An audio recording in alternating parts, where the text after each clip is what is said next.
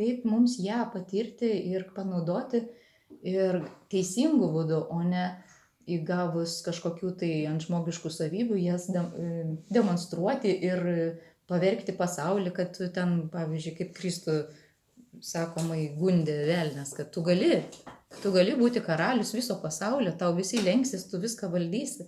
Jis sako, ne, man to nereikia. Bet čia šitas ir yra nuolankumas, vat Kristaus pavyzdys buvo, kad nuolankumas prieš tėvą. Tėvas man sako, dabar leistis būti nukryžiuojamu. Ir aš turiu tai daryti, net jeigu man žiauriai skauda, nemalonu ir taip toliau. Tai va čia visai geras pavyzdys iš tikrųjų krikščionybėje apie tą nuolankumą, bet labai labai slidus klausimas priklausomai, kaip tu tą žinią panaudosi, va kaip tada sako, tu gali gerai panaudoti, bet gali ir nesąmonį pridaryti, bet čia neįsiplėsiu aš dabar, nes vėl dar atskira paskaita apie tai, aš toliau papasakosiu, kad toliau kylant nuo 28 plus 7 yra 35. Iki 35 metų žmogus turėtų atskleisti savo galimybės, gabumus. Tai yra komunikacijos čakros veikimo laikas.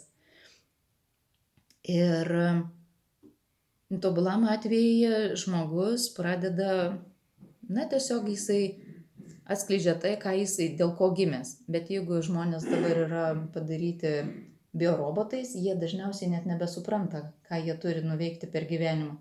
O čia yra vėl atskira paskaita apie tai, kaip yra padaryta, ar sistemos sąmoningai taip daryta, ar čia taip gavosi, bet kaip yra užblokuojama informacija tarp mūsų smegenų, tų abiejų pusrutulių, ir konkorežinės liaukos, kuri yra visų mūsų gebėjimų ir žinojimo, kas aš esu, centras. Mokslininkai yra nustatę, kad būtent toj konkorežinėje liaukoje veikiasi visas genofondas.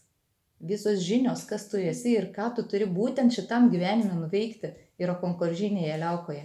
O dantų pastoje esantis fluoras, pavyzdžiui, įtrinamas per dantenas, veikia taip konkorežinė liauka, kad yra užblokuojama informacija tarp smegenų ir konkorežinės liaukos.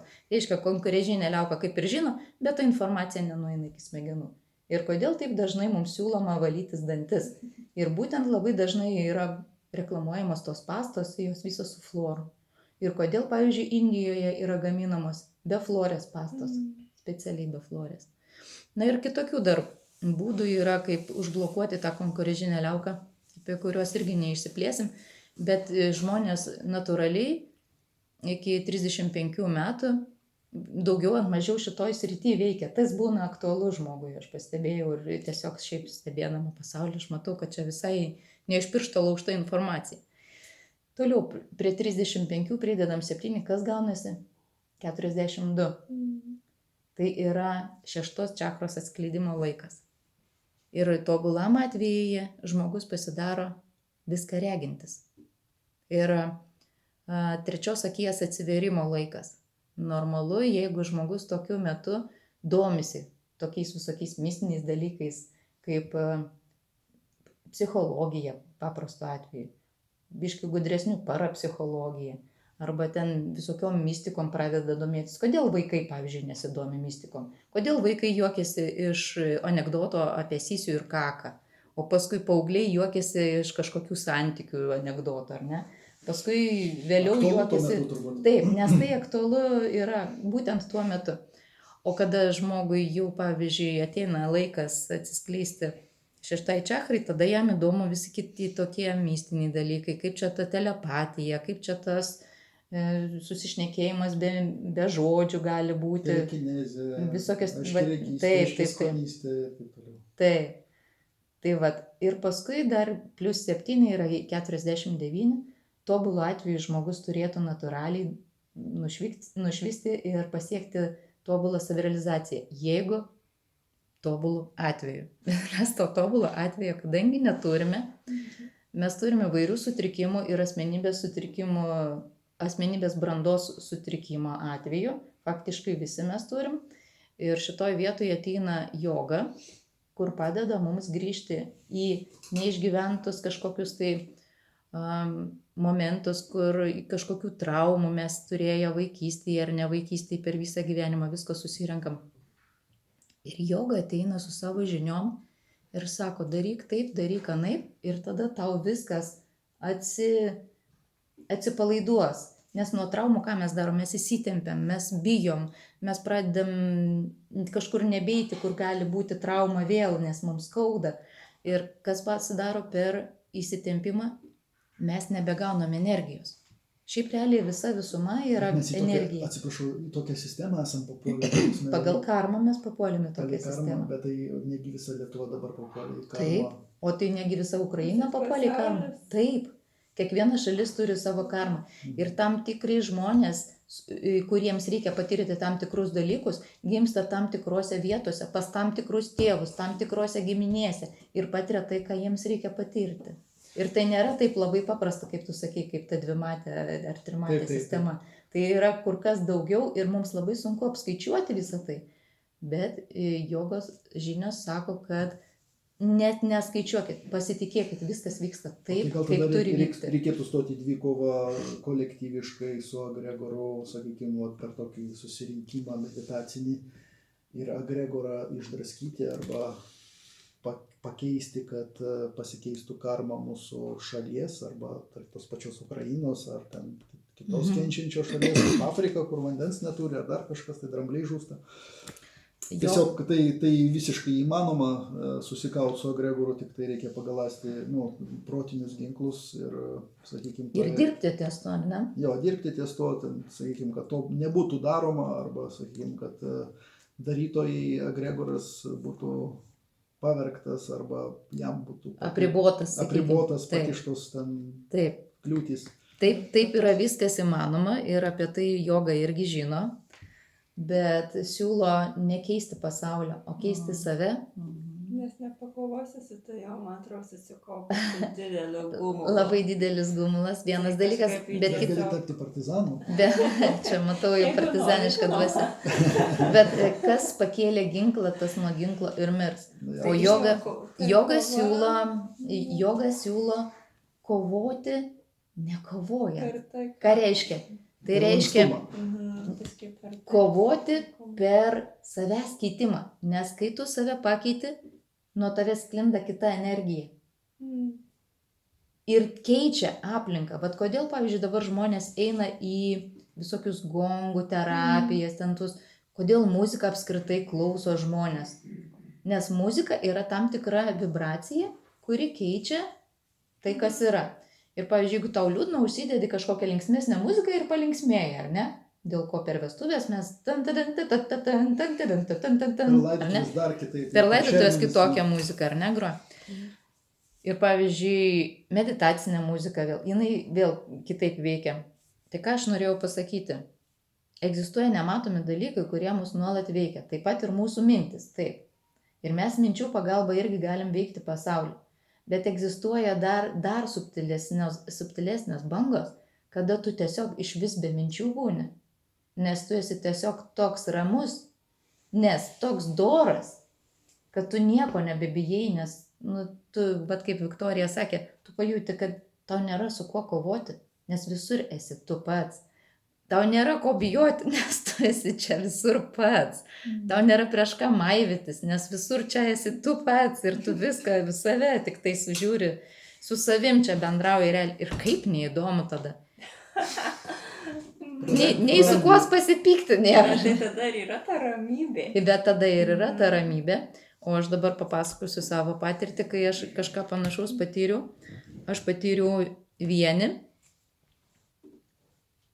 Ta prasme, papasakosiu savo tokią patirtį, kad žinojau, kad reikia susikaupti į konkorežinę liauką meditacijos metu.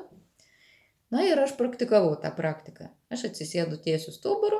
Jeigu man būna stuburas netiesus, tarkim, susikūprinus būnu, tada aš laukiu, sėdžiu ir laukiu, kol jis išsitiesins. Net ne valios pastangom aš jį ištiesinu, ne ant raumenų. Man nugara tiesiai būna. O pati energija pakelia. Ir, pavyzdžiui, kartais būna, kad būnu susikūprinus ir nepakelia energiją nugaros. Ir aš nueinu miegoti. Ir tai reiškia, kad man dabar reikėjo pamiegoti, nes aš esu pavargus. Ir nespaudžiu iš savęs nieko, žodžiu, per jėgą. Tai čia irgi šioks toks mano mokymas, kad nereikia nieko spausti per jėgą, ypač tokiuose dvasinėse praktikose. Mano siūlymas nuoširdus yra, nes aš pati tai padariau ir matau, kad gerai veikia. Toliau, jeigu aš būnu pakankamai pailsėjusi ir man vis dėlto pakelia energiją stuburą, aš tada sėdžiu ir būnu susikaupusi į savo 6 čakrą ir laukiu. Ką aš darau? Prisimenu, kad Veduose siūlo mąstyti apie visumą. Ta prasme, kas yra meditacija? Meditacija tai yra gilus apmąstymas apie tai, kas yra Dievas. Paanalizavus įvairias religijas, aš supratau, kad Dievas yra visur esanti, visais laikais egzistuojanti sąmonė. Ir bandydama susikaupti, kadangi žinau, kad ten toj 6 čakroje egzistuoja ten tas mano genofondas, ten kas aš esu, klausimas, kas aš esu, tinka meditacijai, klausimas, kas yra Dievas, tinka meditacijai ir klausimas, kas yra visuma, tinka meditacijai. Kodėl? Nes visi laikai ir visos erdvės ir tame egzistuojanti visa sąmonė, kaip aš išsianalizavau įvairias religijas, visos religijos tą patį sako, kad tai yra Dievas. Visur, visada egzistuojanti sąmonė, tai yra Dievas. Ar ne? Kaip Wi-Fi, į kompiuterį ateinantis. Taip. Tiesiog į mūsų visus ateina irgi kažkokia mintis. Taip. Tai žodžiu, ir aš taip bandžiau praktikuoti tokį susikaupimą, būnant 6 savo čakrui ir su ta mintim, palauk, kas čia ta visuma? Aha, visi laikai, visos erdvės vienu metu ir ten egzistuojanti sąmonė. Ir ką man padarė protas? Man protas užlagina, nes jis nesugeba susikaupti į visus laikus ir visas erdvės vienu metu. Ir dar visame tame egzistuojančią sąmonę. Protas man atsijungia ir aš patyriau budistinę tuštumą. Bet kas tada įvyko? Užduotis tai yra visuma. Proto užduotis yra visuma. Ir protas bandė mąstyti, kas tai yra ta visuma. Jis, kadangi atsijungia, aš pradėjau patirti, kas yra visuma. Aš pradėjau širdimi patirti, kas yra visuma ir kas gavosi. Patyriau budistinę tuštumą prote ir hinduistinę visumą ir krikščionišką visumą širdyje. Aš pradėjau patirti, kas tai yra visuma ir kaip tai man žmogiškai įvardinant tai pasakyti, kas tai yra visuma. Aš patyriau pilnatvės jausmą. Tai yra tiesiog pilnatvė, euforija. Toks gėris, kad kvėpuoti nebereikia, nes neįdomu kvėpuoti. Nieko absoliučiai nebereikia, nes viskas ir taip yra. Ir aš pastebėjau, kad aš buvau nekvėpavus, ta prasme, sąmonė neatsijungia. Aš patiriu savo ir 5 pojūčiais viską patiriu, aš viską girdžiu, kas vyksta aplinkui. Bet aš patiriu kur kas daugiau negu 5 pojūčiais. Tai vadinamas tas 6 pojūtis man pradėjo atsirasti. Ir tai man įvyko būtent tais metais, kai aš dabar pasakoju 32 plus 7, tai yra iki 39 metų man šitas dalykas ir atsitiko. O po to iki 42, atsiprašau, ne taip pridėjau. Čia man su matematika. Ir dabar man yra 40, tuoj bus 7. Jo, kaip tik. 2 liko metai iki galutinės savirealizacijos. Taip, kas ten paskui po 6? O po 6 yra visa žinystė. Bet tai, ką tu ir pasakojai, kaip ten tas žodis yra? Visuotis. Visuotis. Šiandien mes sužinojom naują žodį. Visuotis.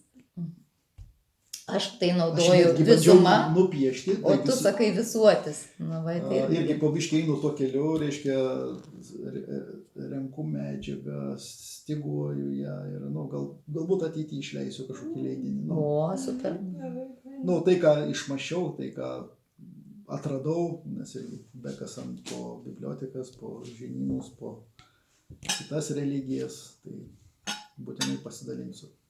Labai įdomu. Patirtim. Nes čia dar ir savo baltų lietuvišką vietinę. Taip, nes jinai daugiausiai yra atveriama. Ir tie visi dalykai ne šiaip savo pasakoju, kažkada tai dar sovietiniais laikais turėjau tokį specifinį labai hobį arba sportą, pavadinį nardymo fotografavimą. Ir mus kaip jaunuosius fotografus nardytojus buvo užverbavusi Dosafo komanda ir mes turėjome tapti gelbėtojais, katastrofų gelbėtojais. Tai reiškia, kai Baltijos jūroje skęsta kažkokie laivai, turėjom juos gelbėti ir tose įvykiuose labai dažnai vykdavo, kad nutrūkdavo ryšiai, racijos ir visi kiti dalykai. Nebūdavo kaip susisiekti, todėl mūsų ta komanda buvo pradėję mokinti biosensorikos. Telepatijos. Tai va, į tą biosensoriką įeina telepatija, telekinezė, Įsivaizduojant, tarybiniais laikais šitų dalykų juos mokė. Nu ir mes labai, tai buvo 89 metai. Žinoma, reiškia kažkas. Aš esu girdėjau, žinau, kad Rusijoje yra net tos mokyklos, kur ten... Taip. Tai tiesiog per sekantį susibūrimą aš atsinešiu vieną brošiūrą, dar esu išsaugojęs, galėsim pastudijuoti ją. Nori gelbėti skęstančius, dabar tavo ateina žinios. Jo, mokymų ten, šiek tiek toks kaip įvadas. Kada paprašo, Taip. Galėsite pasižiūrėti, gal ką nors esate apie tai girdėję, ten yra šiokios tokios informacijos galiniam lape. Tai va, ir mums specialiai samdydavo ekstrasensus, taip vadindavosi seniau. Kurie galėtų pamokinti. Jo, kurie mokindavo, tarkim, darydavo irgi paskaitas. O jie iš Rusijos buvo atvažiavę? Buvo ir klaipėdiečių keletą, buvo ir iš Rusijos, Maskva, Ryga, labai daug latvių. Į Maskvą važinėjom irgi į eksperimentus. Nu va, labai įdomu iš tikrųjų, kad... Bet, sakau, čia toks techninis dalykas. Bet, traktuoja kaip techninį dalyką, wow, žinai. Jo, čia iš tikrųjų gal ir ne techninis, čia iš tikrųjų nusisavinta baltiška pasaulėžiūra ir, indiška. Aš tai sakyčiau, kad ne indiška, o būtent... Ne, nes noriu atkreipti dėmesį, kad Indijoje kalba hindų kalba, o ne sanskrito. Indijoje Vedos yra šventraščiai parašyti ne indų kalba. Tai tikėtina, kad kita kultūra. Ir dar aš netgi žinau, kad į Lietuvą buvo atvažiavusi šivaitė, moteris indusė. Reiškia, šivaizmas yra senoji Indijos kultūros apraiška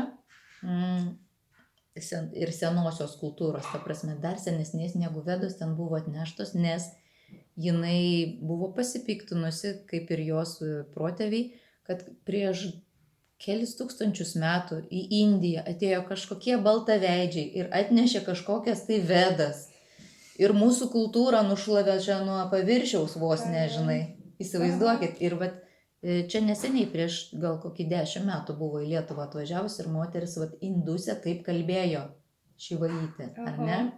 Kiek aš neatsimenu jos pavardės, nes aš nebuvau pati pas ją toj paskaitoj, nes man pasakojo tiesiog ir aš taip tuo metu tiesiog išgirdau ir pamiršau, žinai, o paskui man susidėlioja, kaip čia, kas čia, žinai. Čia iki Darijaus Makedoniečio invazijos į Indiją turbūt, nežinau, su istorija gal man irgi biškai taip yra intarpų tokių tuščių, nežinau, prieš kiek tūkstančių metų čia tas Vedų atneštas įvadas į Indiją. Tai aš nežinau, tenais buvo vietoje pasistudijuoti ir pasidėlioti. Ir vienas čia baltų kultūros susidomėjęs žmogus pasakoja, kad iš Egipto mūsų protėviai keliavo. Iš Egipto. Ta prasme, iš Egipto per Indiją. Bet Egipte, pavyzdžiui, faraonų genetika yra europietiška. Ir faraonai, ką žinojo, kokias žinias, tai buvo baltaveidžiai tie faraonai, o ne egiptietiški tamsiaodžiai. Ir gali būti, kad iš Egipto buvo eita ne iš Lietuvos, o iš Egipto į Indiją. Indijoje pasiliko tos žinios, paskui ėjo į šiaurę labiau. Dėl tam tikrų klimato kaitos dalykų. Apie tai šiek tiek rašo. Šiaulių universitetas buvo Šviesos kelių, ten tokia laida elektroninė. Jinai turbūt nuo kokių 87 metų, tai yra 97-95 metų ėjo. Tai va, tenai apie tai buvo aprašę, kad neva baltai nukeliavę iki Indijos, tenai pasėjo tą sanskritą. Bet ar tai reiškia, kad jie iš Lietuvos žemių ėjo į tenai ir paskui grįžo čia, ar tai mes iš buvome kažkur kitur? bendrinės gentys, skitai, su skitais, sarmatais. Sarmatus O kur ir jie skitus gyveno vienodai vadino. Ir jie gyveno nuo Juodosios jūros, populiacija buvo Tai visi europiečiai, žodžiu, faktiškai. atitirpusio ledyno, kuris, turbūt buvo sustojęs ties viduriu Lietuvos, ties Raseiniais gal. O, Ir- tiesiog ties Raseiniais. Ten tie aukštikalniai, reiškia, kryžkalnis. Taip. Tai reiškia, tas visas arealas buvo skitai arba, sakykime, sarmatai. Tai tą pačią Rusiją apjungė viską. Taip, Todėl taip. yra bendriniai mūsų žodžiai žemaitiški. Taip. Ir rusiškų labai daug taip, panašių. rusiškų barbarizmų. Vienu žodžiu, mes Ne esame tik persipinę. Taip, persipinusios tautos ir čia mes Tai va, esame viso. ir Mes esame reiškia, broliai ir sesės. Vienintelis iš tų laikų toksai rimtesnis posakis, tai kad Darius Makedonietis buvo Lietuvaitės sūnus. Buvo, prašau.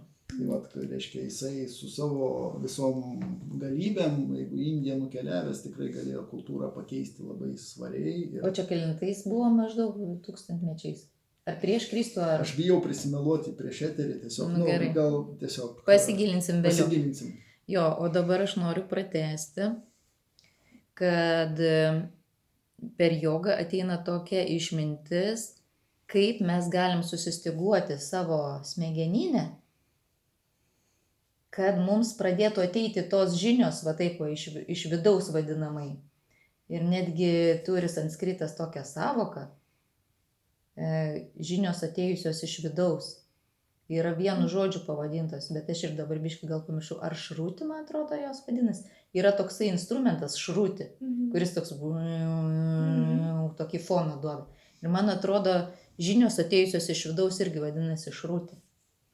Netgi yra terminas tam apibūdinti skirtas žodis. Tai ką reikia daryti, pasirodo, visas mūsų kūnas priklauso nuo 5 dalykų. Tai yra nuo kvėpavimo, nuo valgymo, nuo poilsio, nuo judėjimo ir nuo mąstymo.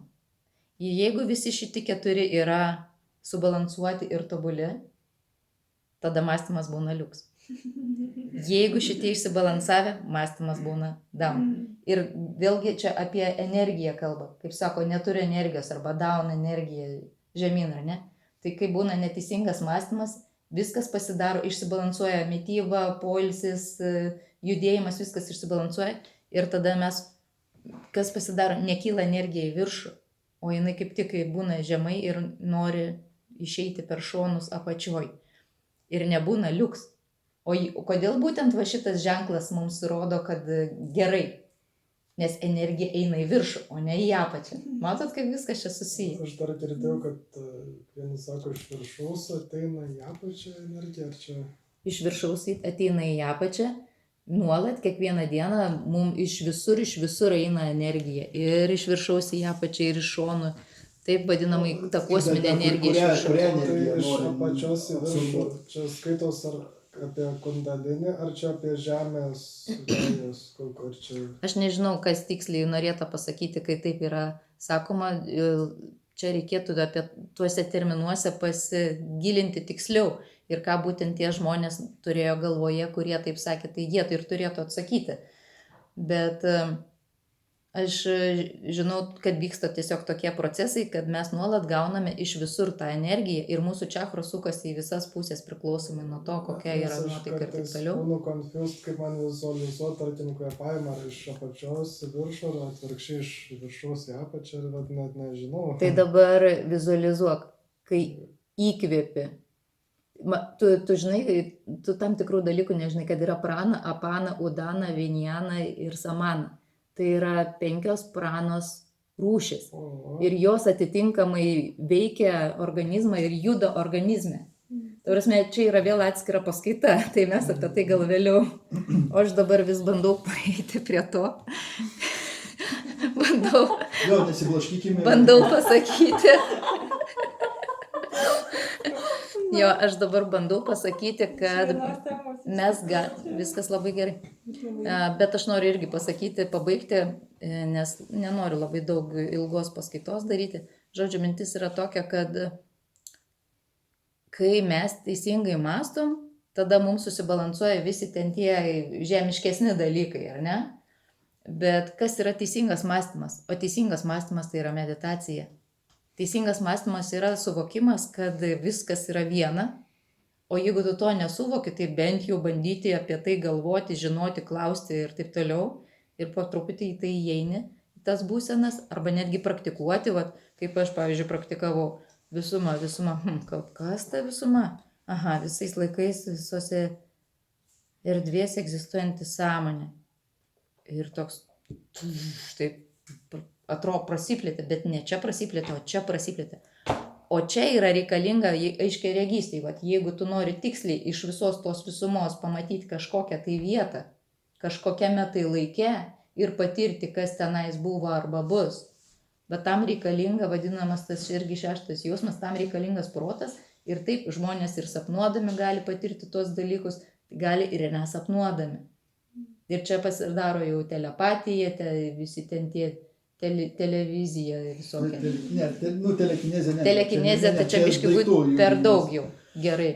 Nes telekinezė tai yra daikto pajudinimas ir perkelimas į kitą vietą minties gale irgi. Tai žodžiu, tai ką aš noriu pasakyti, kad tobulas mąstymas yra meditacija. Tobula mityba pagal Vedas yra vegetarinė. Šitoj vietoje aš pridedu, kad tais laikais, kai buvo šitas sakinys pasakytas, nebuvo cheminių medžiagų maiste. Tai mums reikėtų visas cheminės medžiagas išmesti iš savo maisto, kas yra labai sudėtinga.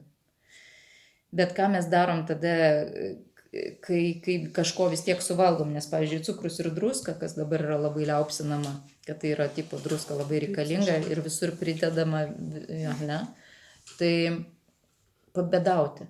Pabadavimas vieną kartą per savaitę, vieną dieną, ta prasme per savaitę pabadavimas mums nieko nekenkia, mes nuo to tikrai nesukūstam, o tik tais išsivalo visi nešvarumai ir vat šitoj erdvėj, šitam laike yra įmanoma egzistuoti su visais tais teršalais, tiesiog vieną kartą per dieną pabadaujant. Tadadan. Ta prasme, yra problemos, yra ir sprendimai. Gal susirinkim pabadauti, kurie dieną. Taip, prieš galim. išliko. Tai va, toliau kitas dar dalykas, tai aš apie mitybą pasakiau, tobula mityba vegetarinė. O kodėl vegetarinė? Nes valgant mėsą yra sunaudojama daugiau energijos ją pasisavinti, negu kad iš jos gaunama. Tai, tipo, energetiškai tai yra į minusą pastoviai einama. Bet yra tokių tautų, kurios valgo vien tik tais mėsą, pavyzdžiui, kažkokie eskimai, žinai. Ir kaip jiem daryti? Ar jie neturi galimybės nušvisti, ar jie neturi galimybės gyventi ilgai? Pas juos kaip iš viso pasaulyje žiūra daug. Žodžiu, biški ten kitokia pasaulyje žiūra ir aš manau, kad irgi gali, bet vienas dalykas, jie valgo labai mažai tos mėsos lyginant su mumis, nes jiems ją reikia patiems susimedžioti. Ir gal visai kita intencija, žinai, tokia jau gyvybė. Ne dėl to, kad intencija, paprasčiausiai fiziškai mąstant, tai yra mažesnis kiekis ir ta mėsa dažniausiai būna valgoma žalia, o ne perdirbta. Taip. Žalia valgystė čia gaunasi. Taip. Ir dar kas gaunasi, tie, kas prieina prie to lygmens, kada jau visai galutinę savirealizaciją pasiekti, jie valgo dar mažiau arba iš vis nebevalgo. Ir vat kaip Lukas sakė, kad galima transformuoti bet kokio tai maisto energiją ir, pavyzdžiui, kad ne tave alkoholis valdytų, ne tave maistas valdytų, bet tu jį.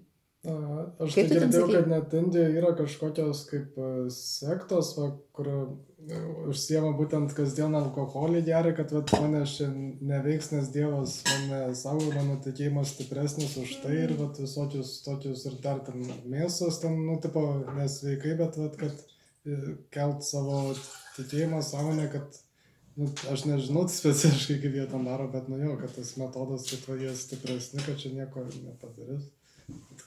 Egzistuoja toks metodas, o kaži, ar tu žinai, ar jie ten vis dėlto būna paveikiami to alkoholio, ar nebūna paveikiami? Aš per daug nesidomėjau, aš tik žinau, kad yra, kad čia...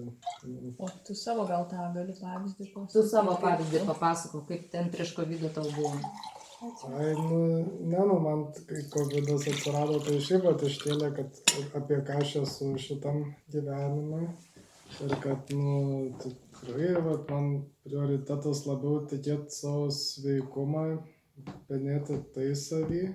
O va čia buvo tas baimė, kad čia vat, kolektyviai net verčia ten skiepytis panašiai, tai na, aš taip, nu, kad dar giliau tada stiprint savį, nu, kad vat, dėl savęs stipriau jausčiaus, nes nu, man tiesiog vat, tie įsitikinimai, pažinimas savęs daug svarbiau ten už kokias ten ligas panašiai, žinai.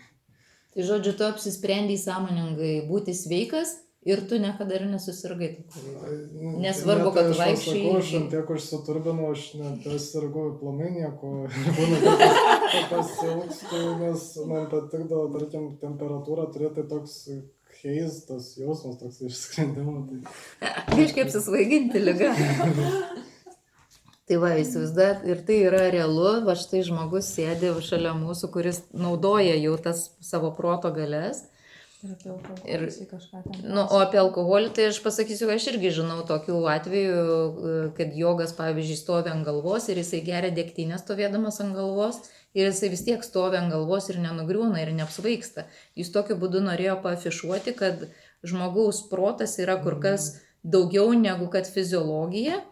Ir, pavyzdžiui, kai kiti vienuoliai, pavyzdžiui, sėdi po šaltu vandeniu kalnų krioklių, neapsirengę visiškai be drabužių sėdi ir jie medituoja į savo kūno šilumą ir jie ten gali belie kiek valandų sėdėti ir nesušala. Ką girdėjau gyvenime apie tai. Reiškia, tiesiog... Bet tai gal irgi vėl neišsiplėskime. Ne, trumpai apie tą patį alkoholį. Reiškia, Maskvoje man čia pasako ekstrasensas, reiškia, žmonės, kurie yra nušvitę tam tikram lygmenį ir paskui, sakykime, nuo jo nušvitimo lygmens jisai, sakykime, atgims arba neatgims ateityje ten ir taip toliau, reiškia, ant kiek jo yra sąmonė tvirta, jie sulygino, kad tokią pačią tvirtą sąmonę, tik tai nedvasiniam lygmenį gali turėti ir inžinieriai, karininkai arba žmonės dirbantis nuo, sakykime, jaunų dienų labai agresyvų, tokį protinį darbą ir, sakykime, vadovaujantį dažnai. Ir, reiškia, jie taip išlavina savo esmę ir minties galę, kad jie gali tą alkoholį vartoti didžiausiais kiekiais ir vis tiek mąsto labai korektiškai, blaiviai. O čia, kodėl būtinai alkoholis? Todėl, kad patyrus didžiulius stresus, ypatingai civiliniam gyvenime, tarkim, paimkime belė kokį civilį direktorių ar ten, sakykime, vadovą statybų, ar dar jisai atidirbęs visą dieną, ten, kai reikia jam suderinti ugnį ir vandenį, krūvą, kad neužsidegtų ir neužgestų, tai reiškia, jisai po darbų nebežino, kur dingti, jisai tiek yra užsiturbinęs, tiek įsivažiavęs. Ai, protą reikia nuraminti. Alkoholis iš tikrųjų nuramina protą ir atveria širdį. Jie gali drąsiai tos 200 gramų išgerti, reiškia,